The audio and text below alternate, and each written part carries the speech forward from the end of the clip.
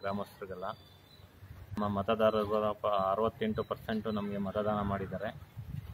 ಹಾಗೆ ಸರ್ ವಿಶ್ವನಾಥ ಅಣ್ಣನವರು ಯಲಹಂಕ ಕ್ಷೇತ್ರದಲ್ಲಿ ಅಭಿವೃದ್ಧಿ ನೋಡಿ ಜನ ಮತ ಕೊಟ್ಟಿದ್ದಾರೆ ನಮಗೆ. ಹಾಗೆ ನರೇಂದ್ರ ಮೋದಿಯವರು ದೇಶದ ಪ್ರಧಾನಿ ಹೇಗೆ ಏನಂತ ಇಡೀ ವಿಶ್ವಕ್ಕೆ ಗೊತ್ತಿದೆ.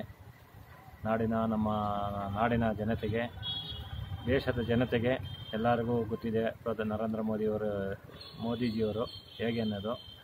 ಆಮೇಲೆ ಇವರು ನಮ್ಮ ಯಡಿಯೂರಪ್ಪಾಜಿಯವರು ಅವರು ಸಹ ಏನೇನು ಅನ್ನದಾನ ಬಿಡುಗಡೆ ಮಾಡಿ ನಮ್ಮ ಯಲಹಂಕ ಶಾಸಕರಾದ ವಿಶ್ವನಾಥ ಅಣ್ಣವರಿಗೆ ಅಭಿವೃದ್ಧಿ ಪದಾಧಿಕಾರಿಯಾಗಿ ಬಿಡಿ ಅಧಿಕಾರಿಯಾಗಿ ಮಾಡಿ ಭಾಳ ಇದು ಮಾಡೋದಕ್ಕೆ ಹೊರಟಿದ್ದಾರೆ. ಇವಾಗ ಆಲ್ರೆಡಿ BJP 68% ಗೆದ್ದಿದ್ದಾರೆ.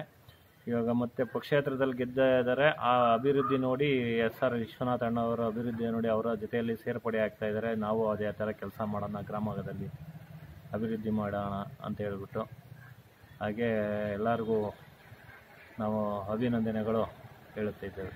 ವಿಶ್ವನಾಥ್ BM ಬ್ಯಾಲ್ಕೆರೆ, ಆರ್ ವಿಶ್ವನಾಥಣ್ಣವರ ಬೆಂಬಲಿಗರು, ಬ್ಯಾಲ್ಕೆರೆ ಕೆಂಪಣ್ಣವರು ಎಲ್ಲ ಸೇರಿ ನಮ್ಮ 6 ಕ್ಯಾಂಡಿಡೇಟ್ಗಳಿಗೆ ಭಾಳ ಕಷ್ಟಪಟ್ಟಿದ್ದಾರೆ ಗೆಲ್ಲಿಸೋದಕ್ಕೆ.